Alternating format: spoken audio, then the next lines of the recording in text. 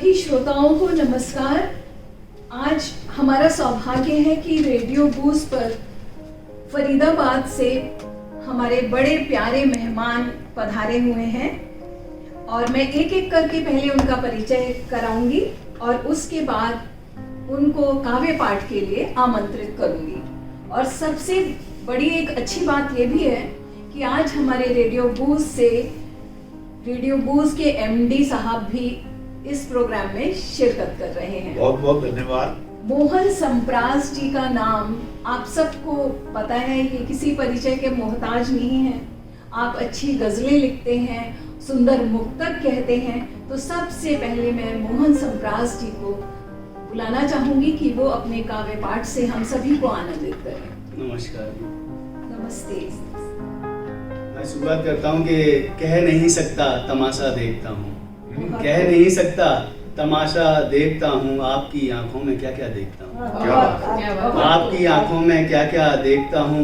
मुश्किलों के दौर में भी चलता हूँ मैं, मुश्किलों के दौर में भी चलता हूँ मैं, वक्त हूँ मैं और जमाना देखता हूँ। बहुत अच्छा, क्या एक्सप्रेशन है कि वक्त हूँ मैं और जमाना देखता हूँ। और देखिए सर, एक दूसरा मुक्तक है, क्या नजारों से बात बनती है, क्या नजारों से बात बनती है या इशारों से बात बनती है, या इशारों से बात बनती है। दिल मेरा आज तक नहीं समझा किन करारों से बात बनती है, किन करारों से बात बनती है। शुक्रिया। और एक मैं गजल तरन्नुम में पेश करना चाहूँगा। जी जी इरशाद। इश्क वाले तो सदाकत से भरे रहते हैं, क्या बात। इश्क वाले तो सदाकत से भरे रहते हैं। दिल की दुनिया की इबादत में लगे रहते हैं, बहुत दिल की दुनिया की इबादत में लगे रहते हैं। जीत सच्चाई की होती है सदा दुनिया में, जीत सच्चाई की होती है सदा दुनिया में। चालबाजी में मगर लोग लगे रहते हैं, चालबाजी में मगर लोग लगे रहते हैं।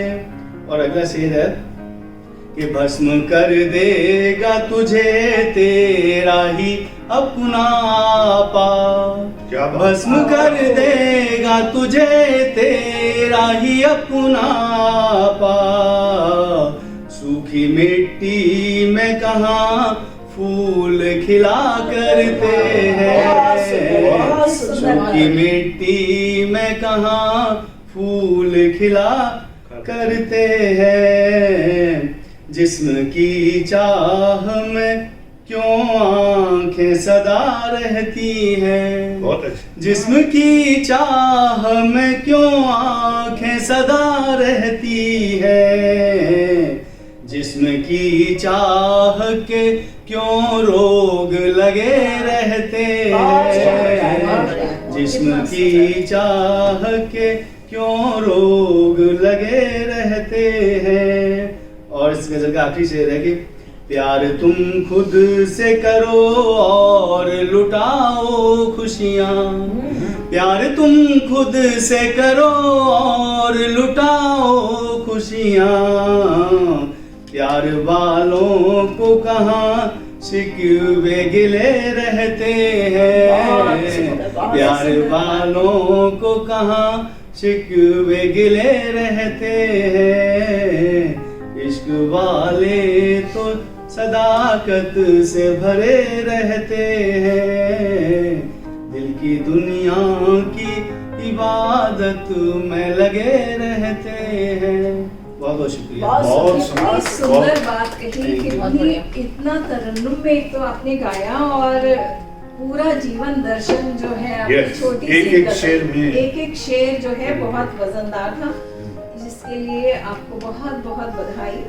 प्यार तुम खुद से करो और लुटाओ खुशियाँ। क्या बात कही है, कितनी सुंदर बात कही है। और इसके साथ ही श्रोताओं, हम आपको ले चलते हैं डॉक्टर मुकेश गंभीर जी की तरफ, जो कि ओशो के दर्शन से पूर्णतः प्रभावित हैं और उनकी शायरी में यह जीवन दर्शन हमें झलकता है। तो सर प्लीज हमें कुछ शेर सुनाइए। जरूर। स्वागत है सर। प्रीति जी, एक तो मैं मुबारक देता हूँ, मैं पहली बार आपको कंपेयरिंग करते हुए सुन पा रहा हूँ, देख पा रहा हूँ। और वाकई मुझे नहीं पता था कि ये भी टैलेंट आप में छुपा हुआ है। अब आप तैयार हो जाइए, अक्सर जो मेरे यहाँ गोष्ठियाँ हुआ करेंगी, क्योंकि आप हमारे नज़दीक हैं, तो हम आपको अक्सर बुला भेजा करेंगे। और आपके इस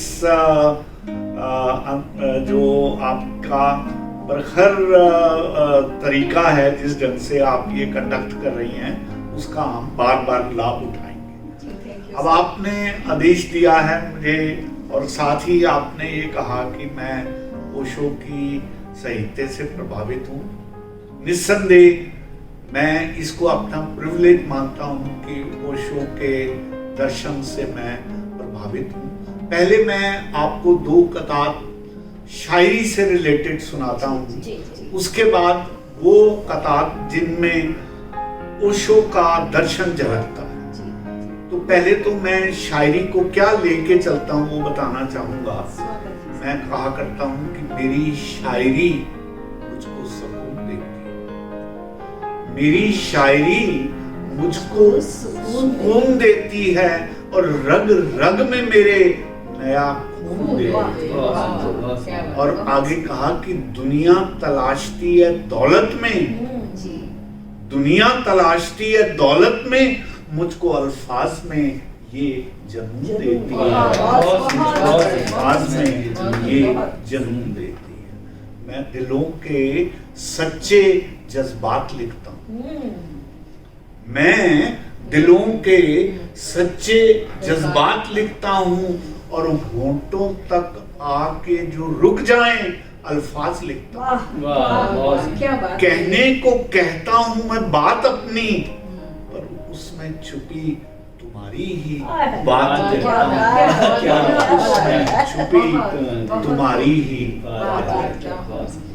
अब आपने क्योंकि ओशो का जिक्र किया था, तो 2 रुबाइयाँ उनको ध्यान में रखकर, और रादर उनका फलसफा जो मुझे समझ आया है, तो कहा कि कौन सी मस्जिद में किसने खुदा देखा, कौन सी मस्जिद में किसने खुदा देखा है, जिसने भी देखा है खुद में छुपा देखा है, और झुकाया माथा जब भी उसके सजदे में, यार के दर पे सर को झुका देखा है।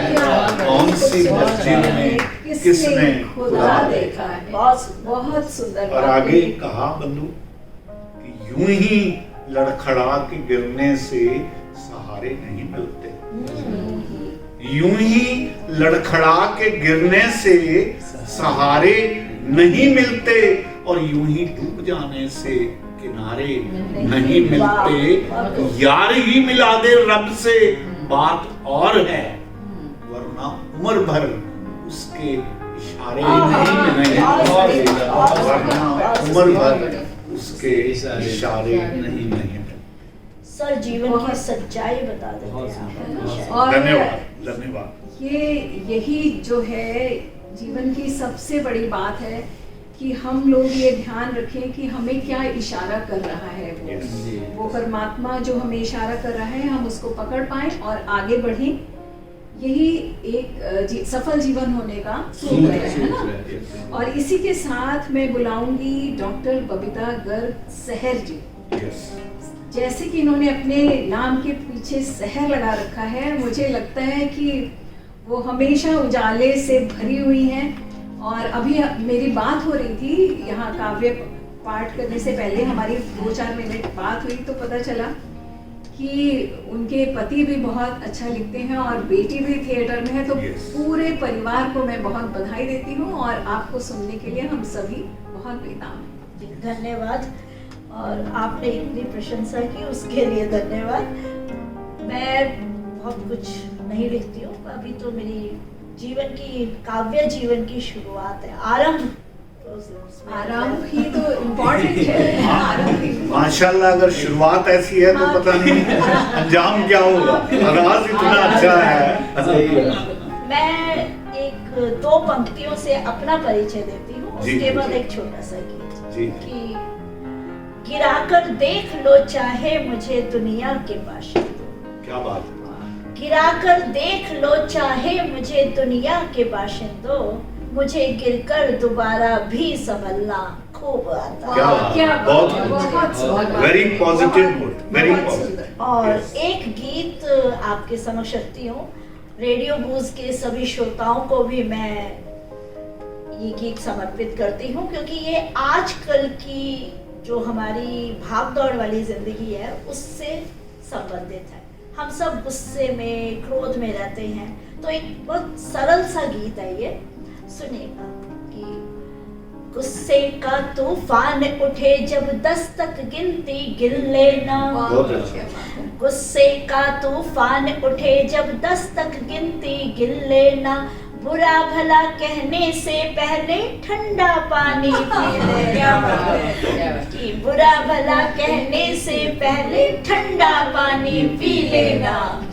और चंगुल में आवेश के फंसकर, चंगुल में आवेश के फंसकर जीवन क्यों बर्बाद करे, छोटी छोटी गलती सबकी चलो नजर अंदाज करें। और तैश में आने से पहले, तैश में आने से पहले होठों को तुम सी लेना, बुरा भला कहने से पहले ठंडा पानी पी लेना जी, ठंडा पानी पी लेना।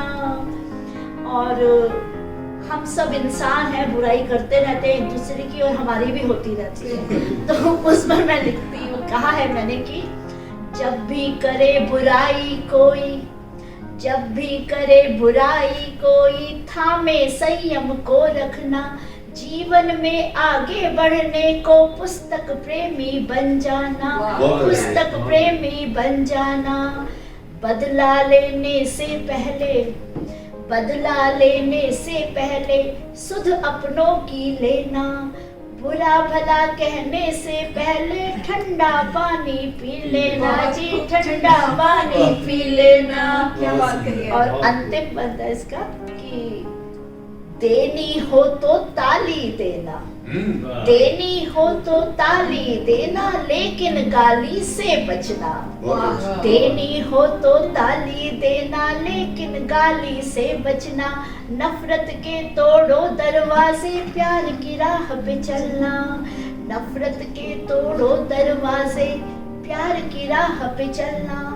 अपने अंदर के रावण को, अपने अंदर के रावण को कैद करो और जी लेना। बुरा भला कहने से पहले ठंडा पानी पी लेना जी, ठंडा पानी पी लेना।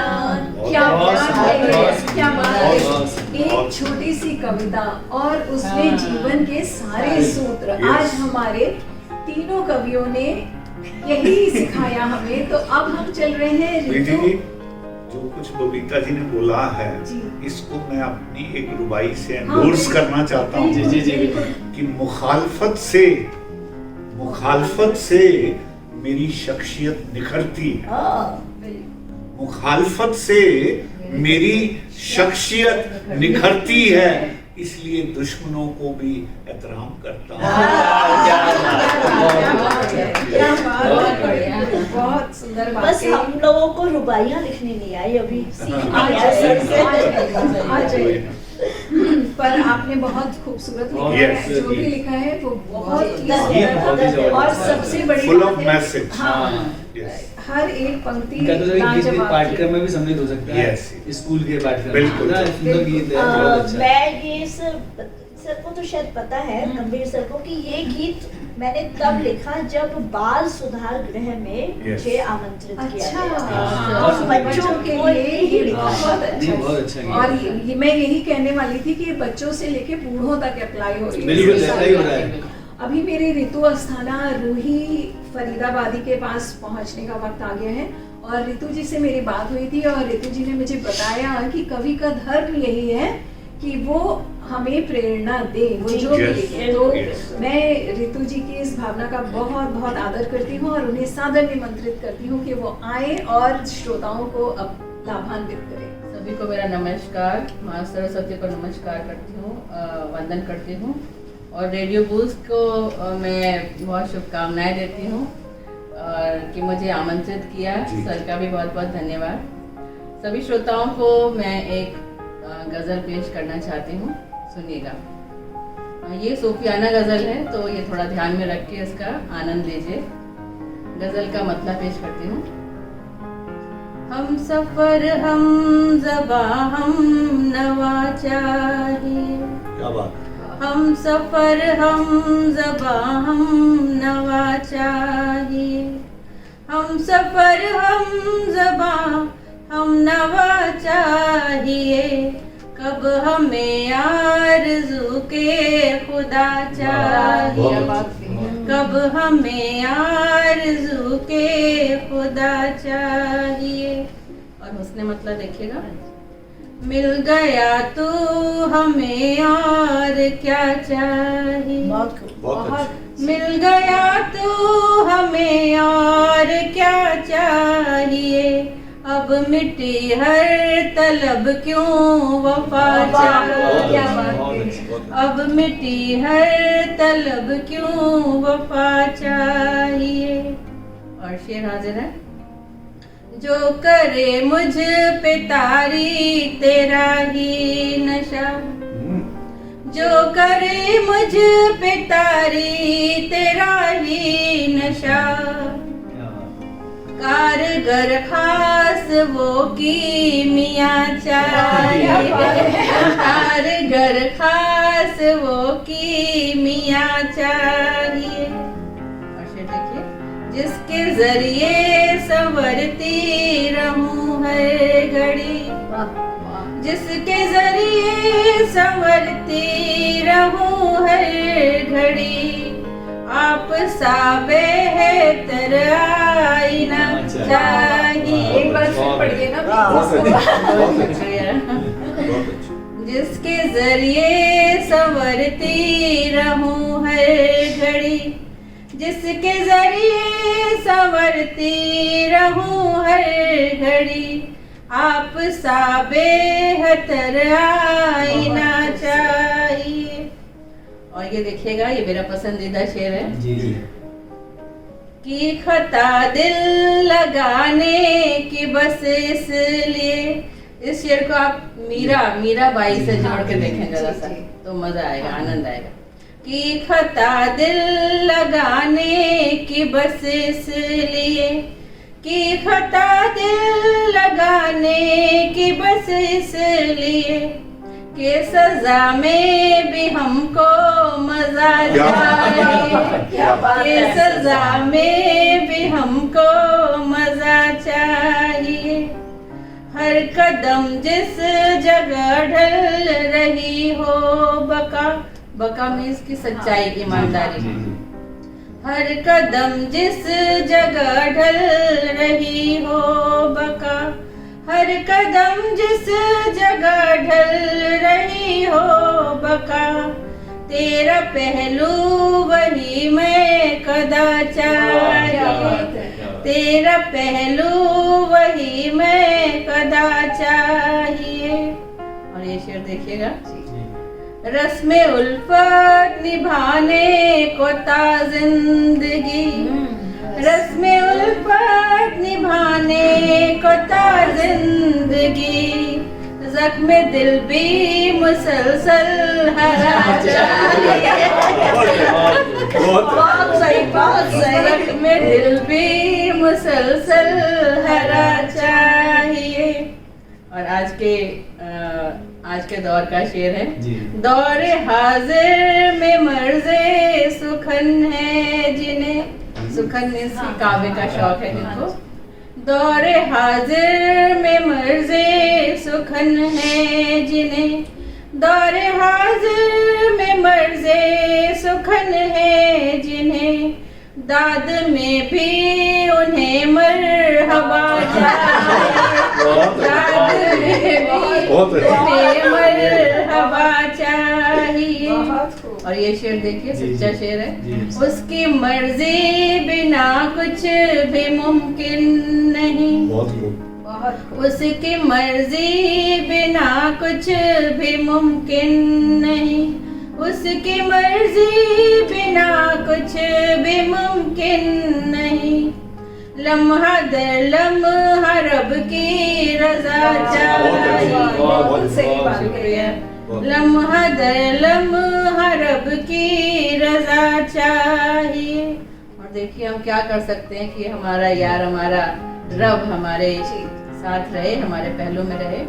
यार को रोकना है दर खुद पे तो, यार को रोकना है दर खुद पे तो, यार को रोकना है दर खुद पे तो।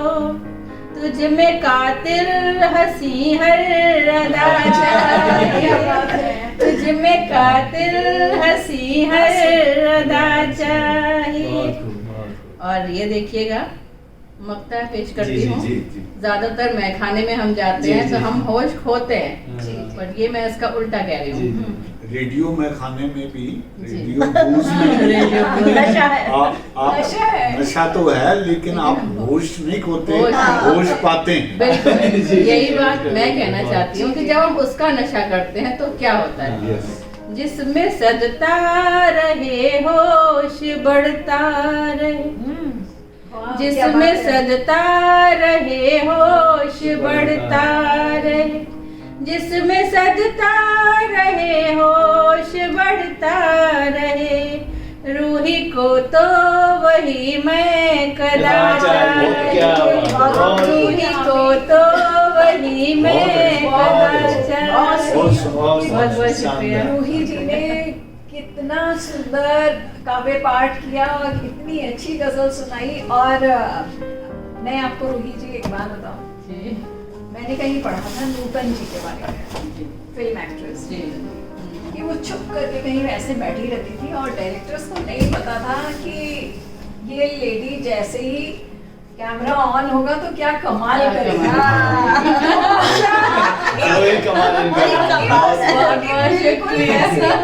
आप शांत से बैठी हुई थी, मैं कह रही थी हाय मैं क्या करूँगी यार, आपने धमाल किया। एक शेर इतना खूबसूरत था। हर नेम इज ऋतु, इनका नाम ऋतु है और इनका उपनाम है रूही, इन्होंने रखा है। मुझे नहीं मालूम। तो अस्थाना रूही फरीदाबादी, पर आप एक दो और लगा सकती हैं। तो अब हाँ, मैं इंट्रोड्यूस करता हाँ हूँ। जी। देखिए, आपने अभी जब रूही जी को बुलाया तो आपने एक बात कही कि कवियों का, शायरों का एक फर्ज ये बनता है कि वो अपनी पोइट्री को लोगों से साझा करें, ताकि जो उनके अपने अनुभव हैं वो अनुभव वो दूसरों के साथ बांटें। और मैं भी ये मानता हूँ कि हम सबका ये फर्ज है। तो मैं प्रीति जी अक्सर ये कहा करता हूँ कि मैं जज्बातों से बेईमानी कर नहीं सकता, मैं जज्बातों से बेईमानी कर नहीं सकता। और सच तो ये है कि घुट घुट के मर नहीं सकता। और खुदा ने मुझे शायरी की तौफीक बख्शी है, मैं उसकी रहमत से गफलत कर नहीं सकता। तो मेरा ये मानना है, जैसे नीरज जी कहा करते थे, इंसान होना श्रेष्ठ बात और कवि होना श्रेष्ठतम बात। एग्जैक्टली। तो प्रीति जी, परमात्मा ने आपको भी सर्वश्रेष्ठ प्राणी बनाया है।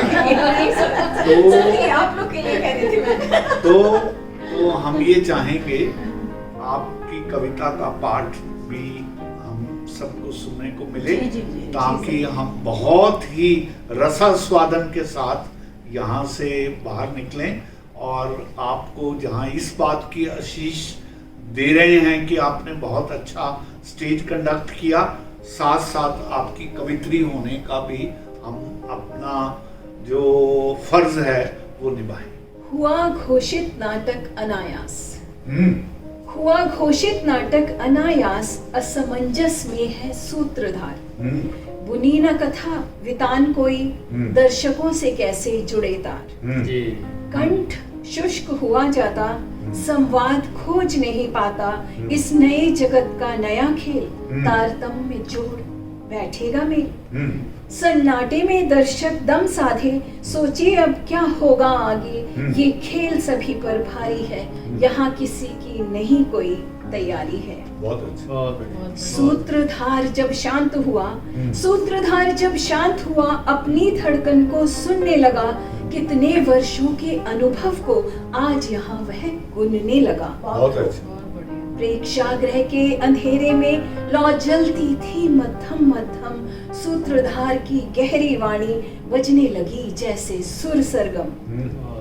तेज गति की थिरकन है, तेज गति की थिरकन है, सूफी नजरों में काबा है, तुम जिसे अंधेरा कहते हो वह तो सुबह की आभा है। आरंभ यहीं से सूरज की किरणों को हमको करना है, गिरना उठना रोना हंसना, जीवन में फिर भी सम रहना है। बस इतना सा ही नाटक है, बस इतना सा ही नाटक है, जीवन भर इसको चलना है, जन्म मरण के मध्य तुम्हें इठलाना और मचलना। बहुत सुंदर। सुनकर इन बातों को जैसे भौचक होता के लोग सभी भूली दुनिया में पहुंच गए, अभी कहीं और कभी कहीं। गलियां बचपन की घूम घूम, कोई अपना प्रेम तलाश रहा, बारिश में भीग रहा कोई दूर रहा कोई पास रहा। नवजात शिशु और मुग्ध पिता, नवजात शिशु और मुग्ध पिता, कहीं माँ बच्चों को रही टेर, अपनी धुन में ही रमा डूब, कोई रहा प्रभु को अपने हेर। बात विचित्र सी लगती है, बात विचित्र सी लगती है, सहज सरल थी घटित हुई, नाटक संजीवन की कविता उस रोज एक संग व्यथित हुई। बहुत अच्छा, बहुत। मैं समझता हूँ कि कविता का गायन तो रहा ही आपका, लेकिन जीवन का पूरा फलसफा जो आपने इस कविता में जो नाटक की बात करके आपने व्यक्त किया है, वाकई ही एक चिरस्मरणीय इम्प्रिंट ये छोड़ता है। मैं फिर से इसके ऊपर एक रुबाई कहना चाहता हूँ। रुबाई मुझसे ये कहती है कि कोई भी आईना मुझे मेरा अक्षी तो दिखाता, कोई भी आईना मुझे मेरा अक्षी तो दिखाता है, रह जाता है जो भीतर मेरे, कहाँ वो मुझको बताता है। और तलाशता फिरता हूँ खुद को खुद ही में मैं, तब कहीं अंत में जाकर मुझे मेरा स्वरूप वो दिखाता है।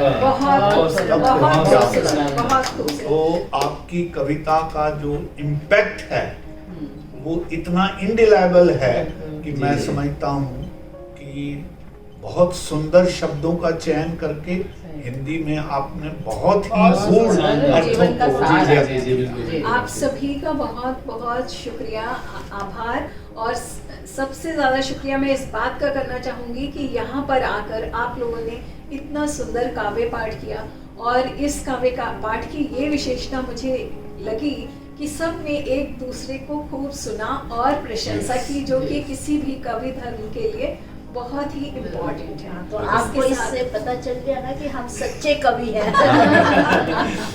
तो इसी के साथ रेडियो बूज आप लोगों को एक बार पुनः धन्यवाद देता है। आपका भी धन्यवाद बहुत सुंदर संचालन के लिए। शुक्रिया।